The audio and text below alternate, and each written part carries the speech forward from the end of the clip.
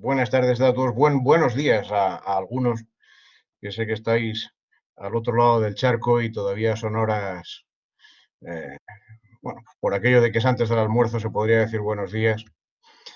Y desde luego una satisfacción el estar esta tarde aquí para realizar una actividad más del Instituto de Gobernanza Global de la Universidad de Salamanca y con especial satisfacción al ver a María Quintas, que la tengo aquí en la pantalla ya preparada para su intervención. Pero yo antes quisiera hacer algún pequeño previo. No voy a ser muy pesado. Voy a dedicar un par de minutos. Em, María Quintas va a hablar hoy sobre un tema que desde mi punto de vista es especialísimamente interesante y que tiene que ver con uno de los problemas principales en el abordaje actual, vigente, de la corrupción, que es la relación que existe entre medios de comunicación, corrupción y populismo punitivo. Eh, Se va acabando, a los que sois alumnos del máster de Estrategias Anticorrupción, se va acabando el curso, se van abordando diferentes temas, pero probablemente no se vea nunca con suficiente intensidad. Se toca, se roza este asunto, pero no se estudia de una forma monográfica, motivo por el cual yo le agradezco especialmente a María que se dedique a abordarlo. Es un tema, desde mi punto de vista, vital y me atrevería a decir que si cabe de mayor actualidad en un día como este, que aquí en España, hoy en la Comunidad Autónoma de Madrid, se celebran unas elecciones en las que ha habido un nivel de crispación tremendo en la campaña electoral y bueno, los candidatos se han dicho de todo menos guapos. Y eso conecta vamos, con argumentos que arrastramos desde hace tiempo, hace muchos años, a lo largo de la última década incluso más, que las estadísticas que proceden del CIS nos dicen, del Centro de Investigaciones Sociológicas, nos dicen que la corrupción es uno de los primerísimos problemas, una de las principales preocupaciones que están en la cabeza de los ciudadanos españoles. La corrupción, la intervención de los partidos, el prestigio o desprestigio de la política, etcétera. De manera que es un asunto que repercute enormemente en nuestras vidas, en nuestra forma de pensar, en nuestra forma de ver lo público y en última instancia de nuestras decisiones, incluida por supuesto la última decisión política que es la de votar. Eh, Además con un problema importante que todos conocemos y es el problema de la medida. Es decir, hacer populismo punitivo es relativamente fácil, pero hacerlo con la corrupción, si cabe, es más fácil todavía, porque es en el marco de ese debate público entre personas públicas. Y en este contexto de la sociedad de la información en el que los contenidos vuelan y lo que pasó ayer ya no lo recordamos porque lo ha sustituido eso que hemos oído esta mañana, pero que ya hemos empezado a olvidar, porque esta tarde ya ha surgido alguna noticia nueva. Es decir, todo eso asociado a la sin duda ninguna manipulación de redes que hay, eh, además con una preocupación absolutamente asimétrica. Yo estoy seguro que cuando algún historiador tenga la curiosidad de hacer los anales de nuestra historia reciente y vea cómo nos han preocupado cosas de menor importancia y por el contrario, cosas de mayor importancia parece que las hemos dejado de lado, pues todos nos sorprenderemos al ver con un poquito de tranquilidad cómo nuestra opinión pública, nuestra opinión, la opinión de cada uno de nosotros, se ha visto enormemente afectada por lo que ha sucedido en cada momento y lo que es peor, por lo que han querido que pensemos en cada momento de lo que hacen otros. Y sin duda ninguna, claro, es un contexto ideal para hacer populismo punitivo, porque del mismo modo que ocurre con delitos de especial gravedad, con asesinatos, con delitos contra la libertad sexual, etcétera, el mensaje del político en contra de la corrupción es un mensaje que cala profundo y que, al margen de cualquier planteamiento dogmático o garantista, arrasa en clave electoral. Y como las normas hay que producirlas con tranquilidad, con serenidad y con más motivo las penales, es importante que gente como María se dedique a analizar estas cuestiones y ponga bueno, pues los puntos sobre las íes, que aclare, que nos ayude a comprender con más claridad esta problemática. Algunas palabras sobre ella. María es, bueno, la tenemos en Salamanca después de haber dado muchas vueltas, porque ella es graduada en Derecho por la Universidad de Vigo y después hizo el máster de acceso a la abogacía, el máster oficial de acceso a la abogacía por la Autónoma de Madrid con una beca de investigación. Después de eso ha estado trabajando en el foro, trabajó 2 años como abogada y además no se conformó con practicar en cualquier sitio, se fue a Sicilia a practicar, de manera que otro salto que dio y finalmente, bueno, finalmente no, por el momento ha recalado en la Universidad de Salamanca con la que hemos tenido un contacto estrecho en los últimos años como doctoranda del programa Estado de Derecho y Gobernanza Global. En este momento es personal investigador en formación con una beca de la Junta de Castilla y León. Está adscrita al Instituto de Investigación sobre Gobernanza Global de la USAL y su ámbito de trabajo prioritario fundamental es el de la delincuencia económica y corrupción. Y en concreto, ya llevamos un tiempo trabajando, dirigida por el profesor Rodríguez García y por mí mismo, sobre ese asunto del que hemos hablado largo y tendido a lo largo del máster, como es el enriquecimiento ilícito y los problemas tanto penales como procesales que implica. De manera que, reitero, es una auténtica satisfacción el contar con María esta tarde en este seminario y es tuya la palabra. De modo que, adelante. Pues buenas tardes y muchas gracias a todos y muchas gracias por estas palabras y por la presentación al profesor Eduardo. Y bueno, voy a dar inicio a la charla de hoy, que como sabéis lleva por título Medios de comunicación, corrupción y populismo punitivo. Voy a empezar hablando de que los españoles consideran que, bueno, me escucháis, ¿no? Vale, gracias. Es que es un poco raro porque solo veo a Eduardo, como los demás no están con las cámaras. Bueno, los españoles consideran que en su país hay mucha corrupción y que esto es debido a su cultura, su tradición, su forma de ser, que los hace más propensos a la picaresca. Además, tienen la creencia de que si el delincuente es alguien poderoso, no recibe el mismo castigo, que no va a ser descubierto, que si se castiga no va a ir a la cárcel o no va a pasar todo el tiempo que le indica la condena, que no va a devolver lo robado y que cuando salga va a poder volver a su partido político o a la empresa privada sin ninguna consecuencia. Por ello, la sociedad demanda mayores medidas en la lucha contra la corrupción. A esto responden los partidos políticos si están en la oposición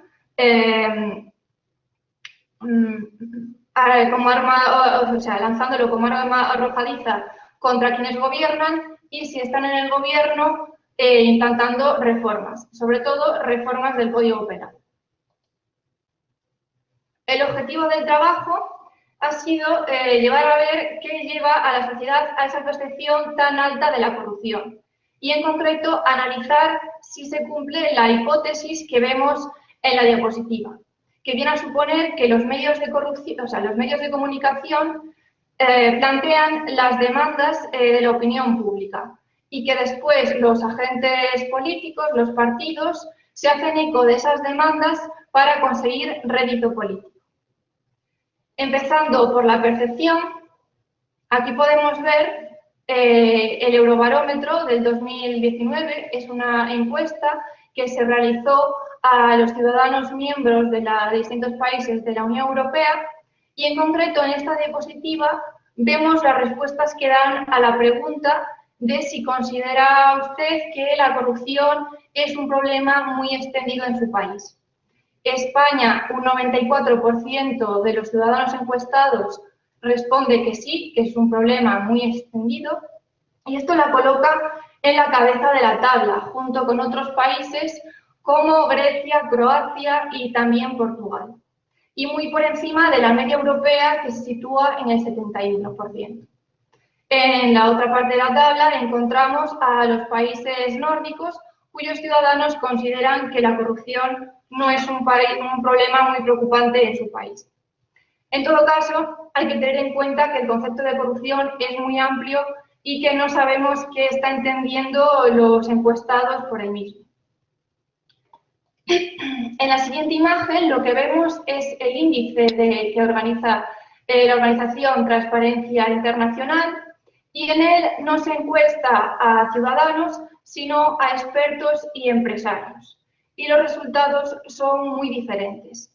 Este índice va de 100, que significa muy poca corrupción y que se corresponde con el amarillo claro, a 0, que significa mucha corrupción.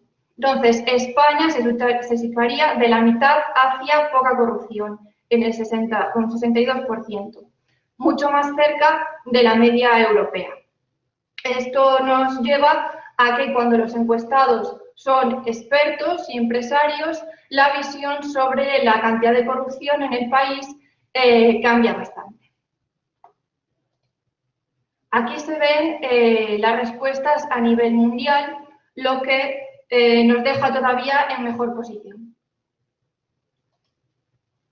En esta tabla podemos ver el número de acusados, procesados en el año 2019, también el número de procedimientos abiertos y el número de sentencias condenatorias dictadas, todo ello en materia de corrupción. Este es el mismo año que se han hecho las encuestas. Pero estos datos realmente no son de gran utilidad porque medir la corrupción que se produce en un momento concreto es tremendamente difícil.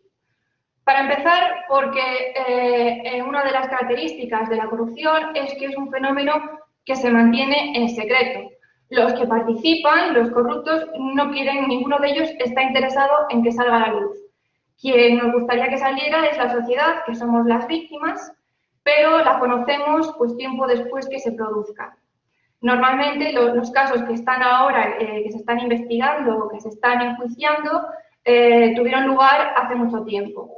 Por ejemplo, ahora mismo se está enjuiciando el caso Bárcenas en relación con las obras de reforma de la sede del partido, de su partido, y estas obras se realizaron hace más de 10 años. Además, si en un momento dado salen a la luz muchos casos, puede ser porque las medidas para luchar contra la corrupción son más eficaces. Por otra parte, cuando a los españoles se les pregunta en el mismo Eurobarómetro si conocen a alguien que haya aceptado sobornos, la respuesta es muy distinta. El 88% no conocen a nadie. Esto es así porque la corrupción administrativa, que sería, por ejemplo, que alguien necesita algo de un funcionario, necesita que el funcionario haga su trabajo y el funcionario le pide un soborno. Esto no es habitual en España, no es lo que preocupa en España. La corrupción que está extendida en España es la corrupción política, que sería, pues, por ejemplo, la adjudicación de contratos públicos a empresarios porque este empresario le ha dado un dinero o dado un beneficio al político de turno o a su partido político. Entonces, si esto no está en el día a día de los ciudadanos, ¿cómo tienen los ciudadanos conocimiento de la corrupción política? ¿Cómo se forman una idea de los niveles de corrupción que hay en un país? Pues entendemos que por los medios de comunicación. Aunque en estos momentos el tema principal de los medios es la pandemia, como no podía ser de otra forma, sigue habiendo titulares con casos de corrupción. Y es que los sucesos criminales cuentan con unos elementos muy atractivos para la construcción de relatos y suelen generar una gran curiosidad en el público. Además, el ilícito penal se puede narrar como un relato, con un inicio, que sería cuando se descubre el caso, cuando se produce y se descubre, con un nudo, que serían los avatares judiciales, y una conclusión, que es la sentencia.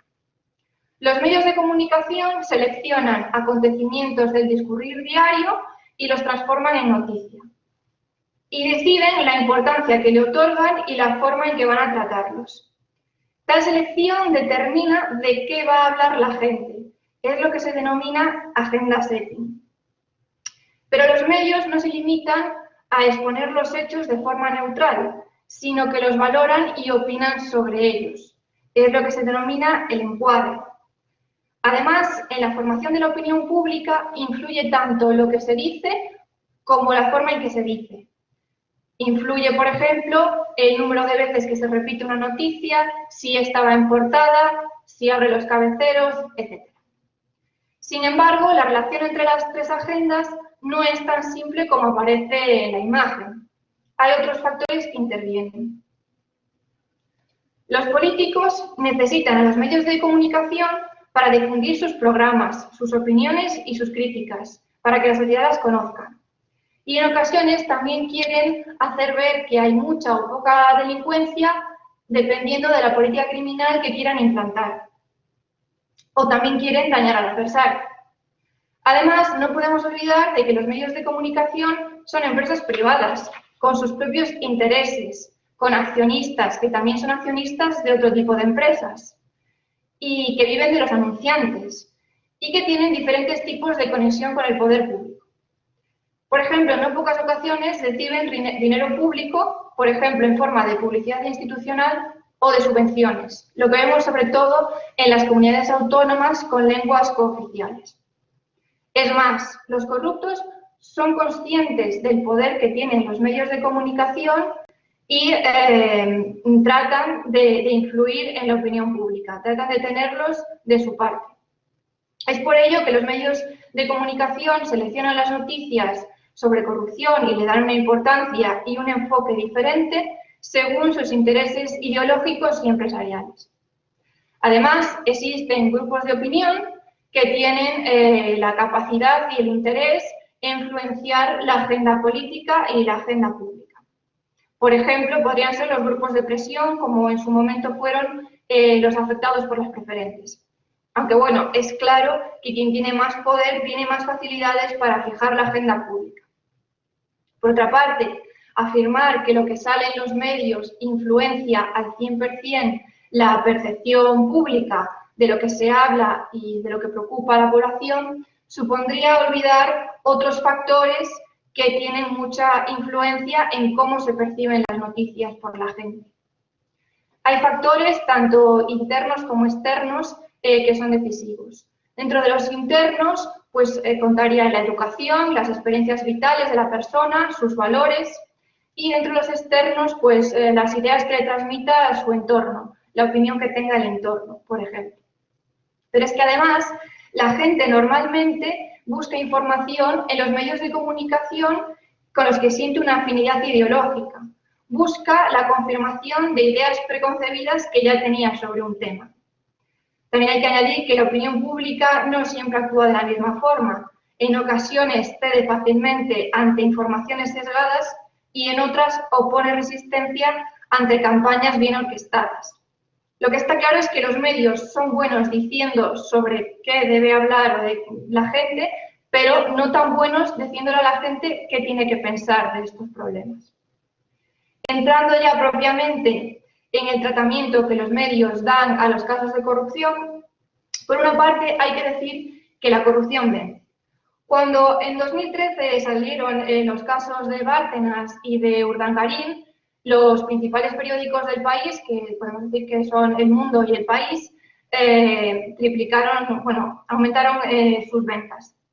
El programa El Intermedio alcanzó récords de audiencia tras el estallido del caso Bárcenas.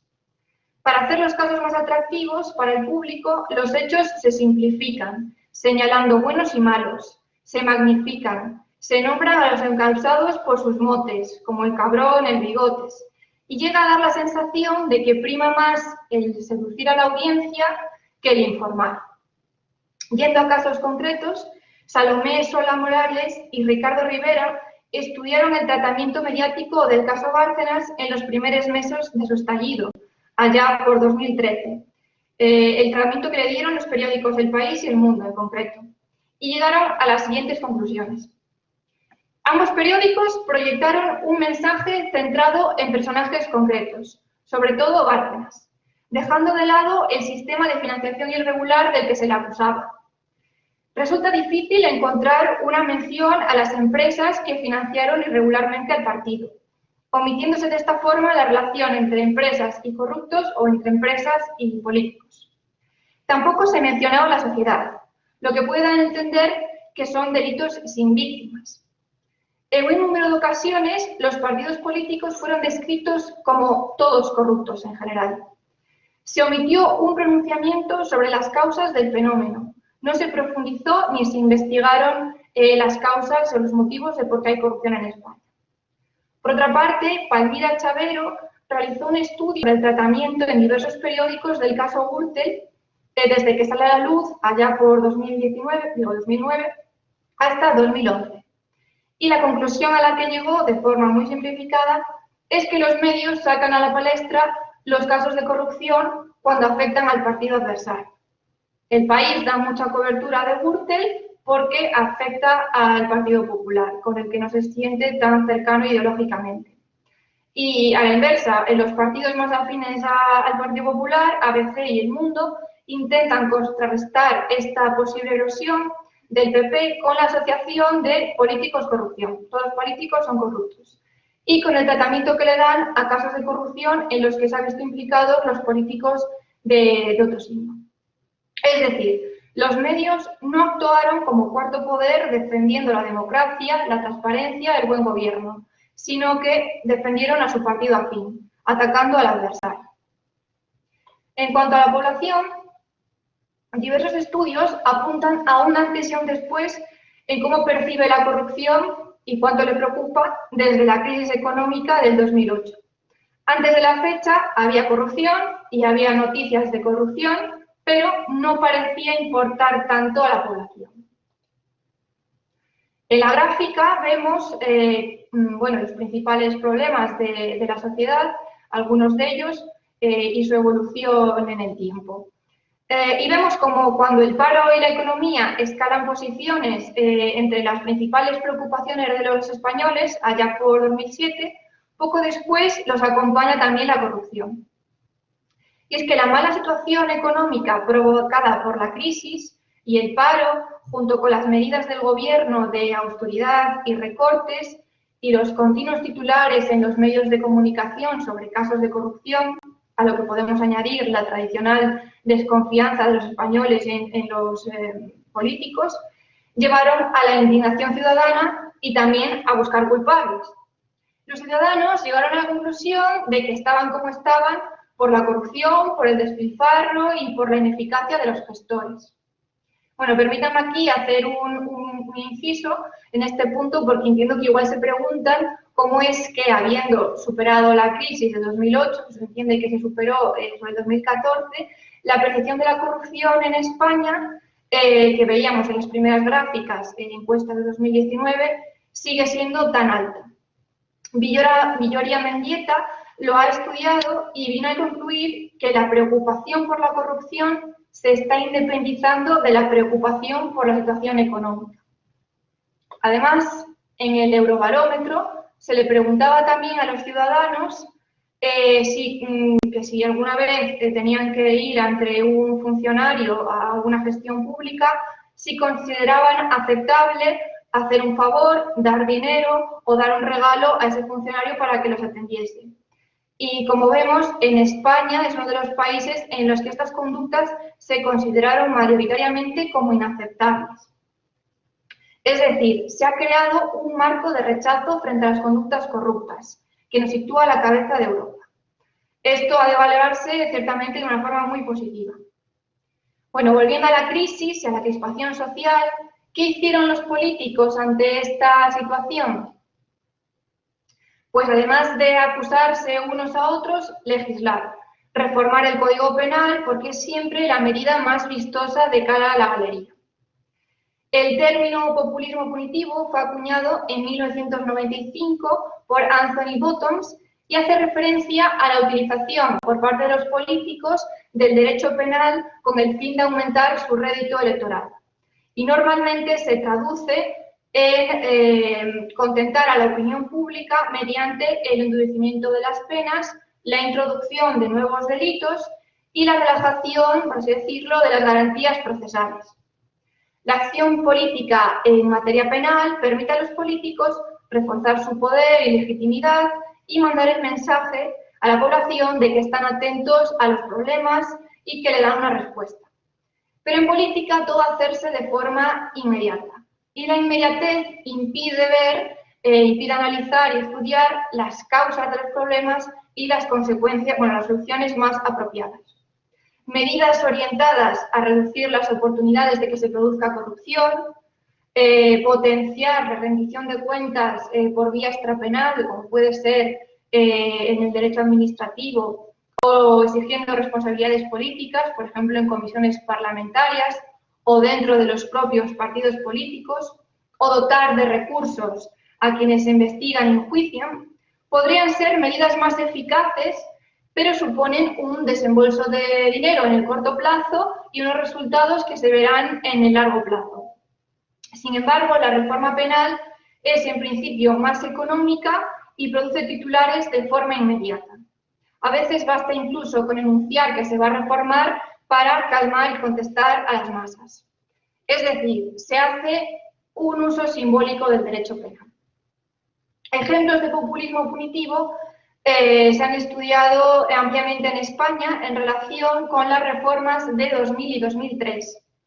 En tal periodo, el partido de la oposición aprovechó un aumento de la delincuencia para acusar al gobierno de no luchar debidamente contra el crimen. Los medios de comunicación compraron el relato de la elevada criminalidad y llenaron las noticias de sucesos criminales.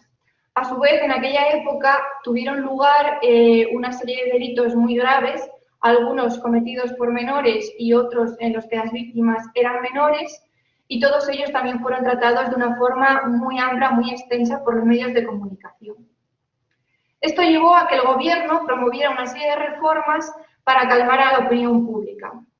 Solo mencionar el endurecimiento de las medidas contra los menores, la introducción de la acusación privada de las víctimas en los procesos cometidos por menores o la prisión permanente revisable, que se introdujo ya en 2015 tras una intensa campaña llevada a cabo por el padre de una de las víctimas. Está claro que con la corrupción nos movemos en un terreno diferente. Una de las principales diferencias es que los delitos de corrupción tienen como posible sujeto activo a los políticos, a quienes legislan. Ya advertía Nieto García en 1997 en su libro La corrupción en la España democrática que si la corrupción, por definición, está cometida por quienes ocupan el poder, serían ellos quienes tienen que responder. Y por ello es inevitable que desde el poder se intente ocultar y, llegado el caso, esquivar el castigo. Quienes mandan solo se muestran rigurosos contra la corrupción practicada antes de ganar ellos las elecciones. Y quienes están en la oposición olvidan la laxitud de sus posturas anteriores. En materia de corrupción y anticorrupción, señalaba este autor, que los gobiernos, además de negligentes, son torpes. Su política criminal es descabellada y ni siquiera merece tal nombre. Entre los casos más recientes podemos a colación la reforma del Código Penal del 2015. Esta reforma partió de una iniciativa presentada en 2012 que cobró impulso en 2014 cuando ya se pensaba que parecía relegada al olvido. Y se aprobó a gran velocidad gracias a que el partido que estaba en el gobierno tenía mayoría absoluta. Esta reforma fue muy criticada porque aumentaba el número de conductas sancionadas en el Código Penal al incluir algunas de las faltas que se eliminan, pasaban a ser delitos leves. Y también se aumentaban las sanciones, dando protagonismo a la pena de prisión. Y sin que todo esto viniera motivado por un incremento de la delincuencia, ni se pudiera justificar en la transposición de las directivas comunitarias. En relación con la corrupción, podemos mencionar que se introdujo un tipo superatenuado para la malversación de caudales.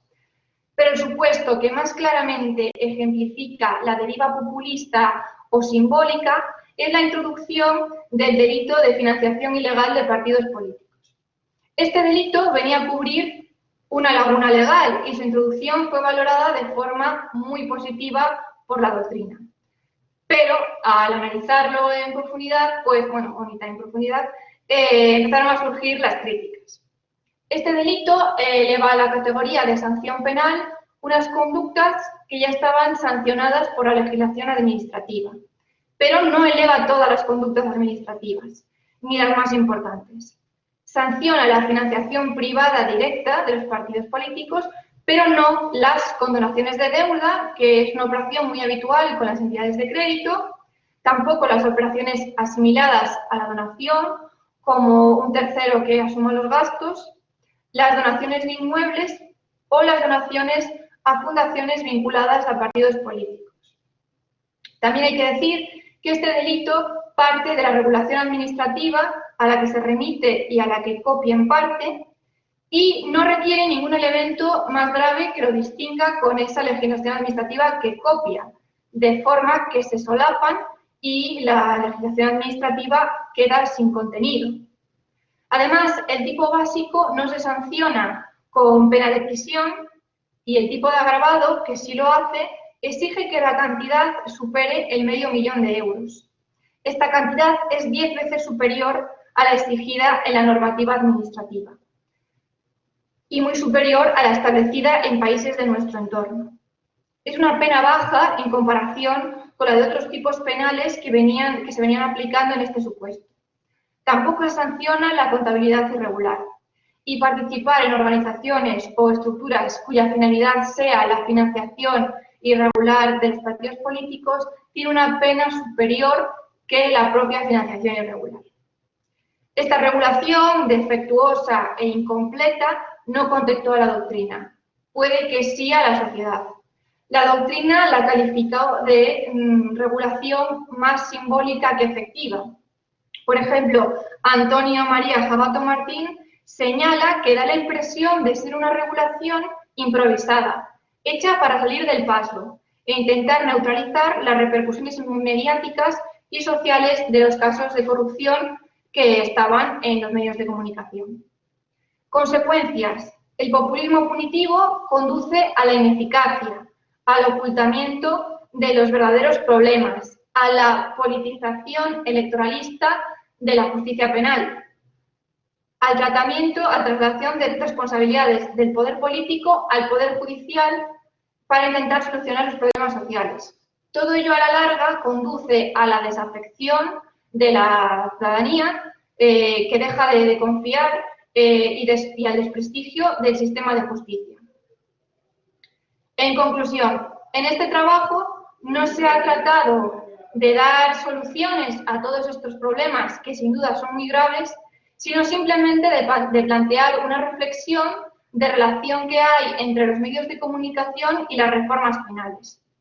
Se ha llegado a la conclusión de que sí, de que existe una relación entre medios de comunicación y conformación de la opinión pública, que vemos, por ejemplo, en el hecho de que la corrupción política no es algo que los ciudadanos ven en su día a día y, sin embargo, sí es algo que les preocupa. Pero la percepción de la población no depende exclusivamente de los mensajes que reciben de los medios, sino que hay otros factores como el contexto que también influyen. En todo caso, las demandas sociales, que muchas veces se confunden con la opinión publicada, es decir, con lo que sale en los medios de comunicación, son aprovechadas por los políticos para dar una respuesta que mande el mensaje de que atienden a esas demandas populares. Y esa respuesta normalmente se traduce en una reforma del Código Penal que es más simbólica que efectiva. Muchas gracias por su atención. Bien, María, muchísimas gracias por tu intervención, que ha sido muy esclarecedora y además yo por lo menos lo digo con especial satisfacción. Cuando hablamos nosotros de la tesis hablamos de derecho. Y ahora, entre comillas, no has hablado tanto de derecho, sino las bases del derecho, sobre las bases del derecho y sobre cómo se construye el derecho y cómo se ha construido el derecho en las últimas grandes reformas del Código Penal, lo cual es un auténtico problema, porque, bueno, digamos que los diferentes elementos que has planteado de cómo evoluciona el pensamiento de la sociedad y, si se me permite de una forma poco técnica o poco científica, pero muy directa, cómo nos engañan a la hora de valorar ciertos fenómenos. No se trata, por supuesto, de decir que no hay corrupción, ni mucho menos. No es eso lo que se ha planteado. Lo que se ha planteado es que a lo mejor es diferente, distinta, de una dimensión que no se corresponde con la auténtica, en un plano diferente y sobre todo con unas medidas que sirven a lo mejor para conformar al ciudadano que vota, que al final vota y sostiene una determinada opción, pero no para resolver los problemas. Y eso es verdaderamente grave. De modo que, bueno, yo si hay ocasión haré alguna observación, pero primero, mire, estoy viendo que Juan Carlos Ramírez España plantea una cuestión a través del chat. Dice, ¿qué opina de la siguiente frase? El poder de la investigación es igual al poder del investigado en relación a los medios de comunicación. Si quiere, a lo mejor Juan Carlos quiere intervenir directamente y es más fácil. Habiendo medios técnicos, es casi mejor la pregunta directa.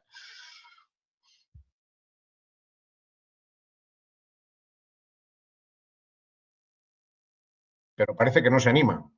Hay problemas con el micro. Pues entonces, adelante, María. Bueno, yo creo que sin duda sí que influyen los medios de que dispone el investigado para influir los medios de comunicación. Pero bueno, creo que eso después no se refleja a nivel judicial.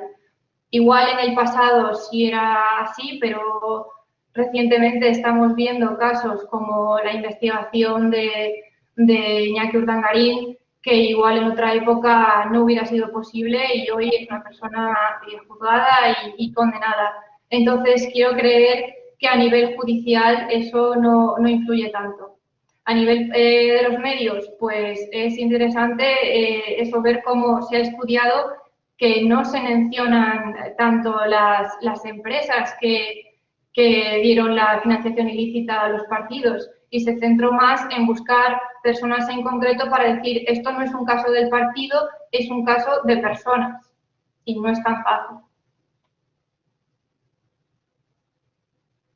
Bien, Ani desde la República Dominicana dice un saludo. Ciertamente los medios de comunicación se han convertido en un espacio para el establecimiento de la agenda legislativa.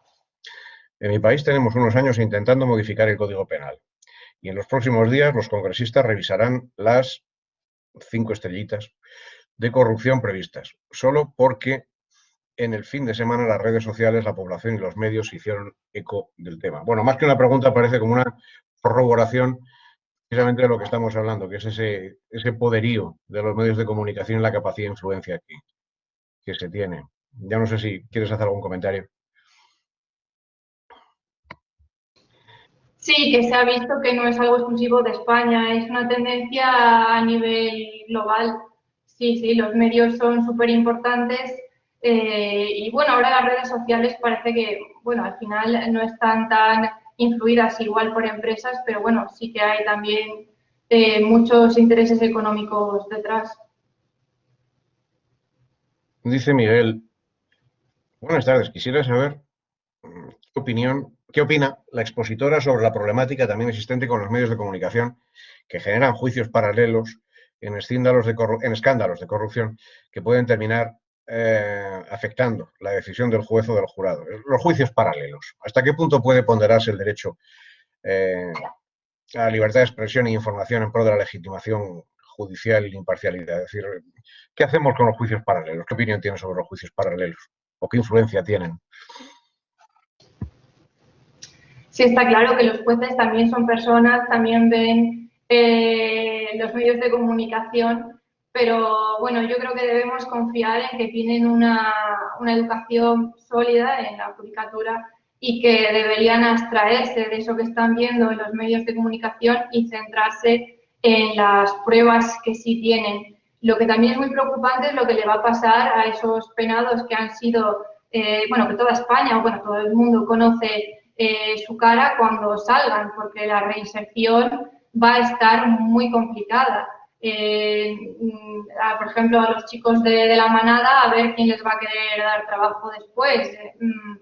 No estamos olvidando un poco de que entre los fines de la pena también está la reinserción.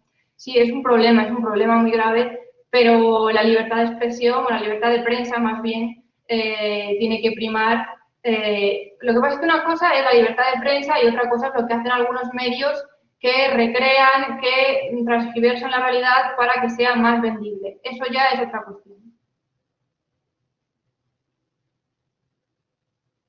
Voy en micro. El micro, Eduardo, no te escuchamos. Estaba hablando sin el micrófono. No digo bueno, que esto parece que se anima, que hay bastantes preguntas y Luis Merchan yo creo que está conectado por vídeo y yo creo que lo mejor es que intervenga directamente. Adelante. Hola Eduardo, muchas gracias María. Buen día, un saludo a todos y todas desde Ecuador. Quería consultarte, María, si me permites, tu opinión respecto de los medios de comunicación alternativos o medios de comunicación comunitarios, si se quiere, informales, y la Contraloría Social.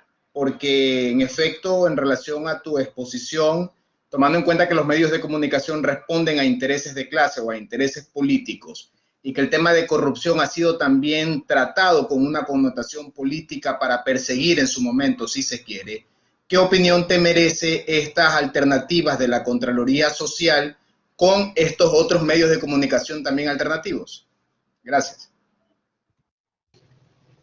Hola, bueno, buenas tardes, buenos días, Luis. ¿Me explicas qué te refieres con Contraloría Social? ¿Controlar a la gente? Sí, la Contraloría Social refiere a la que realiza la sociedad como tal, de manera institucional, es decir, con organizaciones sociales, con comisiones anticorrupción, comisiones cívicas anticorrupción, o de manera individual. Tiene también un poquito implícito investigaciones periodísticas, en definitiva, todo lo que a nivel social pueda realizarse para controlar los recursos públicos. Estupendo, muy buena pregunta. Pues sí, es que realmente, como mencionaba, pero muy brevemente, porque claro, por el tiempo no se pueda todo, es que los periodistas deberían estar ahí controlando al poder político y denunciando los casos de corrupción. En algunos casos sí lo han hecho, por ejemplo, el caso Bárcenas, El Mundo y El País publicaron la contabilidad que la obtuvieron antes que el juez incluso. Y hay otras instituciones, perfectamente, sí, es lo que se debería hacer, que hubiera unas organizaciones cívicas, por ejemplo, Transparencia Internacional trata la corrupción, pero no a ese nivel personal, no señalando culpables. Sí que es muy importante y muy interesante que la ciudadanía, una vez que tome conciencia de lo importante, lo grave que es la corrupción, como parece que sí que ha tomado conciencia en España, se organice y haga cosas para luchar contra la corrupción. Y hoy las redes sociales y bueno, lo interconectados que está el mundo, nos debería resultar mucho más fácil llevar a cabo estos movimientos. Creo que sí que se crearon algunos periódicos que no dependen de financiación, de empresas, hay algunos blogs, pero bueno, al final, cuanto más dinero se tiene, más fácil es llegar a una gran cantidad de gente. Pero sí, es lo que se debería hacer, sí, la intervención social y que los medios denuncien también los casos de corrupción. Bien, seguimos con las preguntas. Hay en el chat varias. Yo sobre esto último que comentabais, ¿no? Por supuesto, es un gesto más de democratización de las sociedades. Es la posibilidad que tiene el ciudadano de participar en estos medios o en estas formas de control, estas nuevas formas de control o de denuncia. El único problema es que también estos medios de control, y es algo sobre lo que yo creo que se va a seguir hablando porque hay asuntos en el chat, es las ventajas y los peligros inherentes a las nuevas tecnologías. Es decir, cada vez que se organiza un proceso electoral también observamos cómo se intoxica a través de los medios. Hace un rato yo estoy bueno, todos estamos en montones de grupos de WhatsApp y me llegaba un video en el que se pretendía denunciar un fraude masivo en el voto por correo, hoy que hay elecciones en la Comunidad Autónoma de Madrid. Y bueno, hasta que alguien del grupo se dio cuenta y dijo, bueno, no sé si os habéis dado cuenta de que ninguno de los que está en ese video aparece con mascarilla. Y era una oficina de correos llena de gente. Pero claro, mientras tanto ese video circula. circula y predispone. Entonces, hay una frontera debilísima, muy frágil, entre la colaboración con la verdad y con el esclarecimiento de los hechos y la falsedad imprudente o directamente deliberada para generar confusión. Es un problema gravísimo inherente a nuestra sociedad. Valeria tenía una pregunta desde hace un rato en el chat. Felicitaciones, profesora. Tengo una duda. ¿Cómo hacer para garantizar la independencia de los medios de comunicación sin intervención política para no caer en el riesgo del autoritarismo, pero asegurándose que la información llegue a la población de manera neutral e imparcial para que la propia gente se forme su opinión y así evitando el populismo punitivo? María, después de contestar a esta pregunta, con esa respuesta te vas a la Fundación Nobel para que te den el premio Nobel, porque sin duda ninguna te lo merecerás. Adelante. Sí, no, ciertamente es una pregunta muy interesante y es lo que preguntaba yo cuando estaba haciendo las diapositivas de cómo romper esa cadena, de qué forma tienen también los ciudadanos, ¿no?, de informarse que no sea los medios de comunicación. Pero es muy difícil porque enterarte de lo que está pasando ahora en la otra parte del mundo, aunque tengas un conocido allí, o sea, es imposible conocer todo si no es como una herramienta como los medios de comunicación. Si los medios son todo de financiación pública, pues eso, tenemos el riesgo de que quieran contentar al partido de turno. Si es todo financiación privada, van a ser intereses empresariales los que estén ahí detrás. Entonces, soluciones no hay, sí que puede haber mejoras. Hubo una época que en España yo creo que el periodismo, bueno, desde mi ignorancia de tal, yo creo que el periodismo estaba mejor, había más rigor. Menos intentar igual vender y sí que había más interés por la noticia, por contrastarla. Igual nos haría falta alguna agencia de autorregulación dentro del periodismo, como la hay en publicidad o la hay en otras áreas, y que los propios periódicos también se censuren y digan hasta aquí, hay cosas que por vender no son aceptables. Pero bueno, claro, una varita mágica con la respuesta no es muy complicado. Si se me permite añadirlo, hay formas extraordinariamente sutiles de influir. Porque en este momento la prensa escrita, sobre todo, está pasando por un momento crítico. Un tema de viabilidad del negocio, sin más. Están cerrándose montones de periódicos, porque la gente se informa a través de Internet o a través de otros medios como puede ser la televisión o la radio, etcétera. Entonces ahí llega el momento en el que muchas veces las instituciones públicas, ya no digo partidos, pero claro, es que las instituciones son ocupadas por partidos temporalmente, porque en eso consiste la democracia.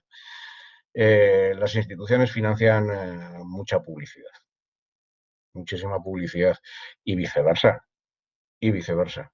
Los medios de comunicación también, de algún modo, coaccionan, permítaseme la expresión, pongámosle comillas si queremos, a las instituciones, amenazándolas, pongámosle otra vez comillas, a las instituciones, con hablar mal de ellas si esas instituciones no aportan su óvulo de publicidad para mantener la viabilidad de esos medios. Es muy complicada la situación en este momento. De algún modo parece como si esa sociedad de la información ha hecho que nuestra capacidad para adquirir información sea más grande que nunca y al mismo tiempo cada vez parece que estamos más desinformados. O si no más desinformados, al menos sí más confundidos. Eso puede ocurrir también. Había más preguntas. Vamos a ver, una pregunta. Podríamos señalar, Rocío la plantea, que se ejerce democráticamente la libertad de expresión si los medios de comunicación favorecen a un determinado candidato en época electoral, o existe alguna regulación al respecto. ¿Influyen los medios de comunicación en la creación de nuevos delitos o incremento de... ¿Hay algún problema que al programa no le ha gustado y ha suprimido la palabra? ¿Incremento de condenas? ¿Influyen los medios de comunicación en la política penal? Sí, yo creo que sí. De hecho, bueno, esta idea de esta ponencia surgió cuando yo estaba estudiando mi delito de enriquecimiento ilícito, que es un delito que no existe en España, pero que se ha propuesto por muchos partidos políticos a unas sabiendas de que plantea muchas cuestiones. Hay una cuestión de si es compatible con nuestra Constitución española y los partidos lo saben pero también saben que luchar contra la corrupción vende. Y hay que vender, si vendes una reforma grande, si vendes eso, un nuevo delito que va a ser muy eficaz, o por ejemplo el decomiso ampliado, que no es un delito, pero también es una medida que plantea cuestiones, pero que claro, al público se vende perfectamente, porque tú le estás diciendo que con eso que vas a conseguir que devuelvan lo robado, que es lo que la gente quiere. Entonces, sí, sí, totalmente. Y la primera parte de la pregunta, a ver, si favorecen a un determinado candidato. En España hay una ley electoral que vigila estas cuestiones. Claro, lo que pasa es que cuando sale así sorpresivamente, se cuela una noticia estrella 2 días antes, si la noticia es verdad, está un poco difícil poder hacer nada y poder decir, no, esto es un plan electoralista. Creo que eso también está dentro de las capacidades de los ciudadanos y sus estudios y poder discernir y decir, bueno, pues yo elijo este partido por X. También tenemos, o sea, a veces la mejor forma de independizarse de toda esta avalancha de noticias que nos llega es apagar la televisión, es la única forma. Porque sí que hoy en día estamos, toda la información del mundo la tenemos. Buscas un tema en Google y hay de todo. Calidad, eso ya es otra cosa, pero cantidad hay. Juan Carlos vuelve a intervenir y pregunta algo así como si prevemos la posibilidad de que haya jurados populares ciberplanetarios. Es decir, ¿en qué momento crees que se presente una especie de condenas por redes sociales? Una especie de sistema judicial electoral, es decir, juicios por Facebook, culpable o inocente según la mayoría. Es un planteamiento un tanto distópico, la verdad es que me da un poco de miedo. Bueno, eso es nuevamente, quiero asociarlo a los juicios paralelos. No creo que se llegue a pasar en el sistema judicial, pero en la sociedad sí pasa. ¿Cuánta gente hay que es culpable antes de que se lleve a cabo el juicio? Y después sale el juicio y a la gente no le gusta la sentencia y siguen considerando que, bueno, su opinión, ¿no? En España hace poco salió una serie de televisión que se llama Neventa, que es sobre un caso que hubo en España de una chica que fue acosada por su jefe y que decidió denunciar en los 90, que era una época que esto no se solía hacer. Y bueno, era chica muy moderna, muy joven, y la sociedad, la gente de su ciudad pensó que eso era algo que ella se estaba inventando. Y llegó el juicio y lo condenaron y la gente siguió pensando que era algo que ella se estaba inventando y no había redes sociales. Yo creo que es algo que ahora vemos en otra dimensión y con otra forma, pero que lleva pasando toda la vida.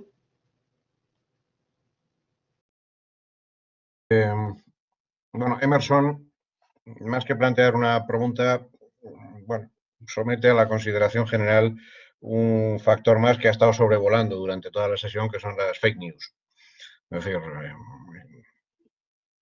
ahí queda eso que circule y cómo se puede modificar el pensamiento de la sociedad. También tenemos el fenómeno de las redes sociales, fake news, con el uso de robots para inducir a la sociedad a la hora de elegir un candidato. No sé, algún comentario, tal vez. Sí, no, es que está ligado a la pregunta que nos planteaba antes Luis de la influencia, del poder de las redes sociales y que no quise meterme mucho porque, claro, tú puedes decir, ahora con Twitter yo planteo una campaña y planteo esta cuestión, sí, pero es que igual tú eres una persona individual o eres un grupo que no puede llegar a mucha gente y, sin embargo, hay gente que tiene poder y que compra granjas de bots para que muevan una cosa que no tiene ningún sentido, que no es real y que solo cuando ya te pares a analizarlo un poco dices, es que esto no tiene ningún sentido. Pero sí, pero está en tendencias de Twitter todo el día y la gente de entrada se lo cree. Sí, es que no hay una igualdad de condiciones tampoco en las redes sociales, por muy democrático que nos parezcan. Y salvo que haya alguna pregunta más, por último, Rocío decía, y finalmente, si la ley que penaliza el financiamiento ilegal de partidos políticos ha sido efectiva en España. Sobre esto, un detalle curioso, porque la reforma que introdujo los artículos 304 bis y siguientes, si no recuerdo mal, es muy reciente. Es muy reciente, a pesar de lo cual muchos políticos han presumido durante años y años de que existía ese delito en el Código Penal, cosa que no era así. Es decir, y además se pueden encontrar políticos de todos los partidos diciendo que es un tema de Código Penal, es un delito y tal y cual. Falso, no era así. Ahora sí lo es, con penas bastante limitadas. Pero, bueno, adelante, la efectividad yo creo que está muy condicionada también por los últimos acontecimientos, por la pandemia, porque tratándose de leyes tan recientes, no sé si tenemos datos suficientes para saberlo. Bueno, yo no lo he estudiado en profundidad, pero creo que aún no se puede saber. Lo que se está juzgando ahora, como era anterior, no se está aún aplicando. Las condenas más recientes no se aplicó aún, creo que ese delito, así que no te puedo contestar con mucha certeza. Es una reforma muy reciente y apenas ha habido todavía. Sí es cierto una cosa, además con un dato que tú decías desde el primer momento, y es que nos enteramos de los actos de corrupción con una demora muy importante.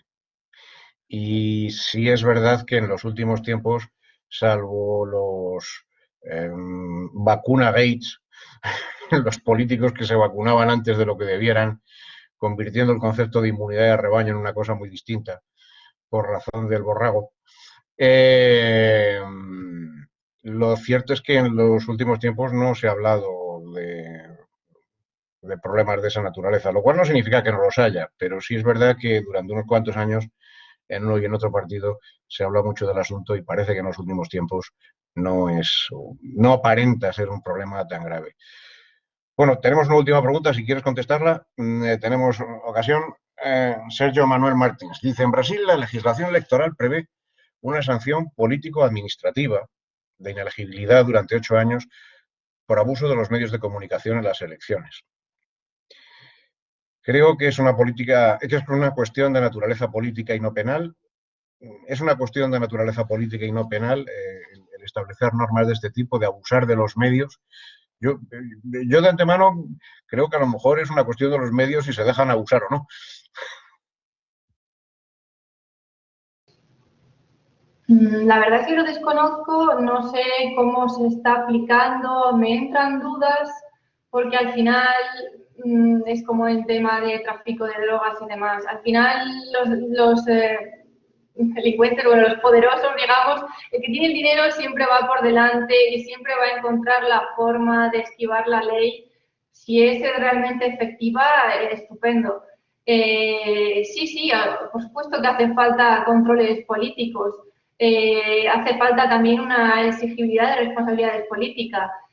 ¿Cuántos casos, o sea, la mayoría de casos de corrupción, cuando sale que tal persona está imputada, que está procesada, sigue militando en el partido y el partido se dice, no, es que esto lo están investigando en los tribunales, entonces no podemos decir nada. Oye, una cosa es la responsabilidad penal, otra cosa es la responsabilidad política y la ética de cada uno. Tiene que haber también sanciones políticas a comportamientos inadecuados de los políticos, aunque no sean penales. Bien, hombre, mi opinión sobre esto, yo creo que en un régimen de libertades, en un marco de libertades, en un marco constitucional, es muy difícil plantear si se abusa de un medio de comunicación o no, y es ese medio de comunicación quien debe de controlar los posibles abusos que puede haber dentro. Lo que sí ocurre es que a veces los medios de comunicación son instrumentos en manos de ciertas opciones políticas, y yo creo que eso lo vemos todos los días. Ahora bien, sí es cierto también que hay algunas medidas que se pueden adoptar. Por ejemplo, el ascenso de Berlusconi en Italia se debió en gran medida a la enorme capacidad de control que tenía Berlusconi sobre los medios de comunicación, en especial sobre las televisiones. En el caso de Estados Unidos también se ha visto que la influencia de unas opciones políticas u otras sobre determinadas cadenas ha sido decisiva. Hay muchos países, España creo que se encuentra entre ellos, que por ley, para evitar el apoderamiento por parte de de una determinada opción política, de un lobby o de un grupo de empresarios o de un determinado posicionamiento de los medios, impide que se tenga la mayoría en consejos de administración o que haya porcentajes, o que la propiedad de los medios esté por ley bien repartida para evitar controles por parte de sujetos determinados o de corporaciones determinadas. Pero al final es un problema de dinero y de poder de las empresas. María, hay una pregunta todavía. Bueno, hay dos preguntas. Yo no sé si queréis que siga el asunto. Si tienes ganas, seguimos. Venga, ahí. Javier Marguirot dice, gracias por la ponencia. A ver si me pueden colar con una pregunta. Lo que pasa es que mientras tanto ha llegado otra. Yo, si os parece, ya tenemos la de Javier y tenemos la de María Josefina Pérez, y yo creo que con eso ya lo damos por cerrado. Dice Javier, a partir de la Segunda Guerra Mundial ha quedado demostrado que la libertad de expresión, referida a medios de comunicación, se centra en un mercado de ideas. Referencia a un fallo de la Corte Suprema de Estados Unidos del año 69, Brandenburg versus Ohio, que consagró el mercado de ideas como la política pública dominante en la ley de libertad de expresión estadounidense. Esto sería un efecto del mercado, no una causa. Yo no sé, estaba pensando yo una cosa. Javier, si estás disponible en línea, ¿por qué no planteas la pregunta en directo? Mejor que leerlo. ¿Estás ahí? Javier, ¿estás entre nosotros? Sí. Pues adelante. Es que se me había caído el video, disculpen, buenas tardes, se me había caído el video durante la ponencia. Claro, lo que sucede es que yo lo que hago una reflexión aquí es que pienso que el tema del punitivismo que se comentó, siento que igual existe un círculo vicioso porque la política necesita de notoriedad. Y hoy día el mercado de las comunicaciones necesita la cuña, necesita los titulares para vender. Eso algo se conversó.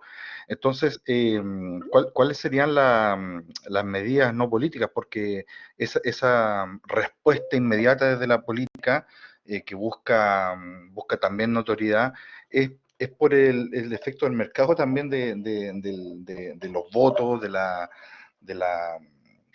lo que es la política al fin y al cabo.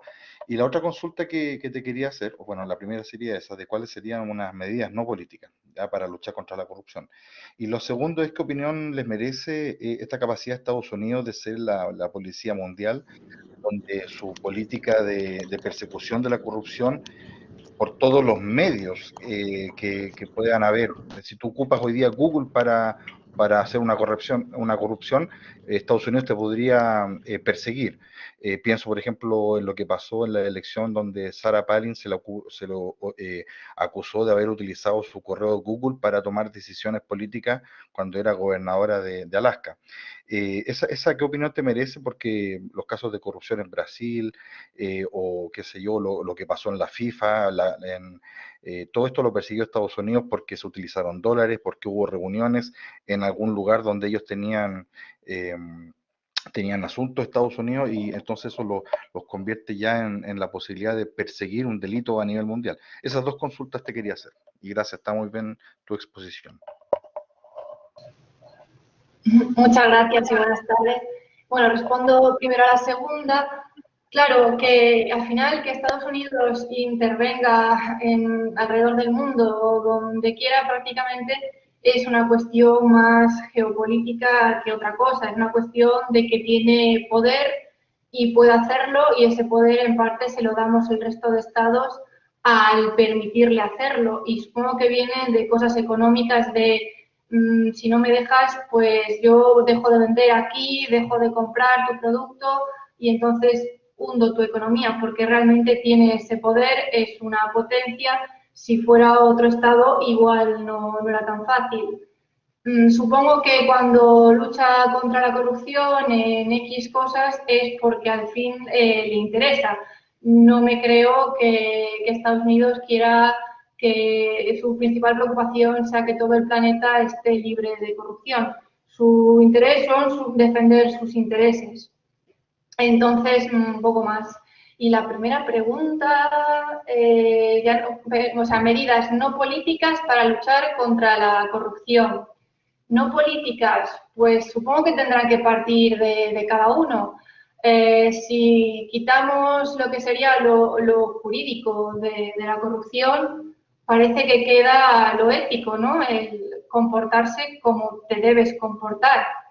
Más allá de eso, o sea, la educación, el entender que el no abusar de lo público nos viene bien a todos, porque el aprovecharse es instantáneo, pero al final, eso, si tú sobornas a un político para una recalificación, para X, ese dinero que se está malgastando en ti no se va a gastar en sanidad, en educación, y después vas a reclamar que la sanidad y la educación no son buenas.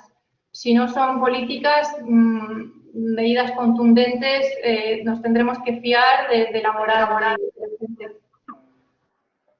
Vale, muchas gracias. Y por último, María Josefina, yo creo que reincide un poco sobre el tema de los juicios paralelos. Dice, siendo los medios de comunicación los que sacan a la luz esa primera información sobre la existencia de un presunto hecho de corrupción, ¿qué dosis de certeza debe tener esa información para no afectar las garantías del presunto autor? Si los medios de comunicación cuidan las garantías constitucionales de los presuntos corruptos, yo creo que esto tiene mucho que ver con ese concepto que manejamos en los delitos contra el honor. Es la verdad frente a la veracidad, supongo. María.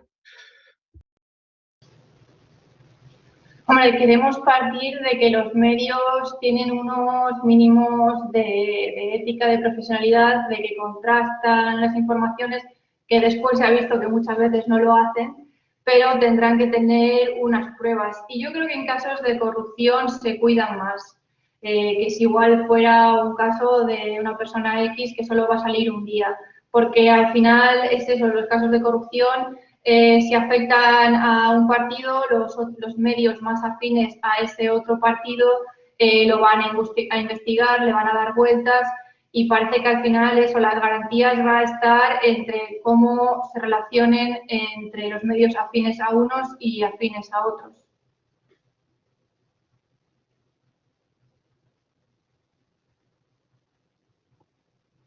Bien, pues yo creo que hemos tenido una sesión bien intensa y a las pruebas me remito. Intensa y además interesante. De modo que muchísimas gracias a todos por vuestra abundante participación. Muchísimas gracias, por supuesto, a María, que la veo, si no me confundo, allí en el sótano del CIEG, del Centro sobre Gobernanza Global. Y bueno, pues gracias a todos por haber hecho posible esta sesión que sin duda ninguna ha merecido la pena. De modo que ya sabéis los que sois estudiantes del máster que tenéis un ratito todavía para presentar la ficha. Me parece que está abierto hasta las 5:30. Y bueno, y a todos en general, insisto, muchísimas gracias por vuestra presencia y por vuestra participación. Bueno, pues muy buenas tardes. Muchas gracias por la participación. Chao.